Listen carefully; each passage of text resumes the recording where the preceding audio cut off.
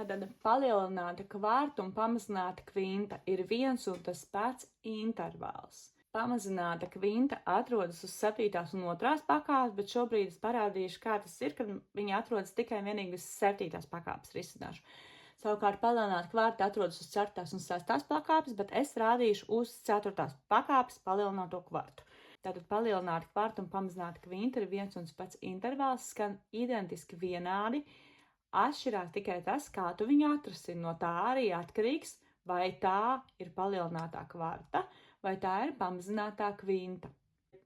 Tātad sastāvja uzbūve šiem intervāliem ir 3 toņi, jeb 3 lielas sekundes. Fā, sol, sol, lā, lā, si. Piemēram, no nots fā mums ir 3 toņi, ja? Šādi te skan palielināta kvarta, jeb pamazināta kvinta. Un tagad skaties, kā es viņus atrasināšu. Ja es šo atrasinu uz vidu, tad tā būs pamazināta kvinta, jo viņa atrasinās uz vidu. Atrasināsies viņa minorā. Šī ir maza terca, mēs klausamies, ka atrasinu es viņu minorā, bet var atrasināt arī mažorā. Tātad viņa atrodas uz 7. pakāpes, un es atrasinu viņu minorā. Šādi te, un tas minors ir fā diez minors. Savukārt, ja es atrasinu viņu šādi ar lielu tercu, tad tas ir fā diez mažorā, es viņu atrasinu. Ja šo intervālu es iedomājos, ka tā ir palielināta kvarta, tad es viņu atrasinu uz āru, viņu izplašās. Tad palielināt kvartu es varu atrasināt gan mažorā, gan minorā. Ja šo es atrasinu šādi, lielā sekstā, tad tas ir minors, do minorā es viņu atrasināju.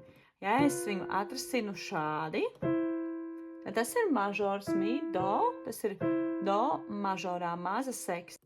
Otra metode, kā tu vari iemācīties šos abus intervālus, ka tu zini, ka pamazināta kvinta atrodas uz 7. pakāpes.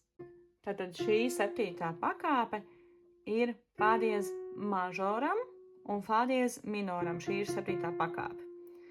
Fā diez mažoram šī 7. pakāpe būs mi diez, savukārt fā diez minoram šī 7. pakāpe mi diez būs harmoniskā 7. pakāpe. Fā diez minoram 7. pakāpe ir mi, bet harmoniskā veidā mēs viņu paaugstinām, tāpēc ir mi diez. Ja mēs domājam, kā palielināt kvartu, tad mēs iemācāmies, ka palielināta kvarta atrodas uz 4. pakāpes. Fā 4. pakāpe uz leju skaitot, sanāk mums do mažorā. Šī palielināta kvarta būs do mažorā. Savukārt do minorā palielināta kvarta būs fā si bekar jāraksta, jo atkal 7. harmoniskā pakāpe do minorā. Mums ir 3 bemoli pie atslēgas, si bemoli, mi bemoli, la bemoli, un 7. pakāpe harmoniskā minorā mēs paaugstinām dziedot, tāpēc mums nāk fā si bekar un atrasinām mēs mi bemoli, do, un tā būs palielinātā kvarta do minorā.